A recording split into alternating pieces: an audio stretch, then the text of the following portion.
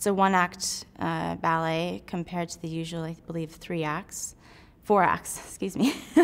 Balanchine really packs in the drama in that one act.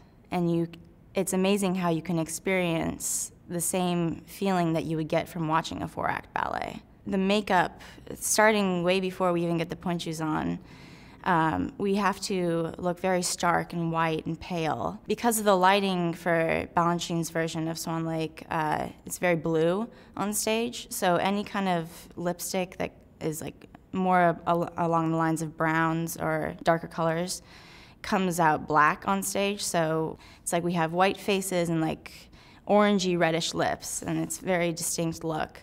And the headpiece, you have these feathers that go across your ears, and it kind of puts you into the mood of feeling like you're becoming a swan. Well, we come on single file, zigzagging across the stage, and it's just a very simple step. We do a sauté temps levé, step, arabesque. We have 11 sets of this step, and the tricky part of that is that everyone has to be counting. And every other person starts off on a different leg. And at the end of those 11 sets, we miraculously end up in vertical lines where we bourrée and start the flapping of the arms and everything that is really known to be characteristic of what swans do in ballet. The steps kind of fit into the music. So even if you forget something while you're on stage, the music kind of reminds you, and it kind of, like you don't get lost. The black swans are on stage, and we do a waltz before the pas de deux begins. And then when the pas de deux begins, we stand on the side.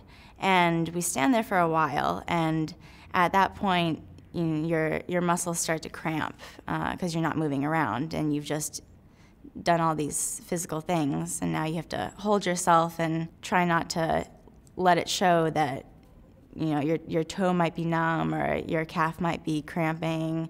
I just really think that the most important thing is not to forget to breathe, which is, sometimes you're so into what you're doing and then you're like, oh my gosh, I'm not breathing. Like, no wonder my body's hurting. The finale in Balanchine's Swan Lake is probably the most stressful moments in the ballet. There's so much going on that if something happens, it's going to affect everyone. And what's tricky is that everyone looks the same. Especially in the blue lighting, it's so hard to pick out who you're supposed to run in front of when all you see is black tulle and feathers. And once you see the person that you're supposed to cross with, it's like you have to keep your eye on that person and not let them out of your sight. It isn't only about dancing together. I mean, that's definitely the main thing, the formations and the lines and everything.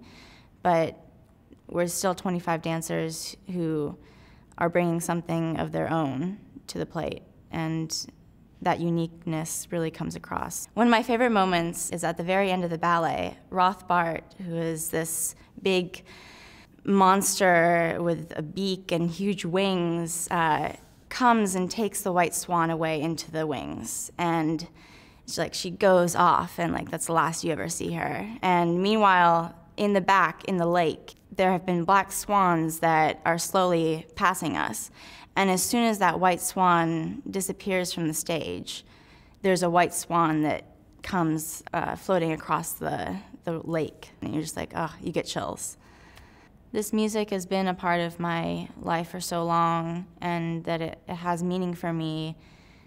It's almost too overwhelming to go from the little girl in her bedroom dancing around to, making up her own choreography and then performing this great masterpiece. It's a pretty awesome experience.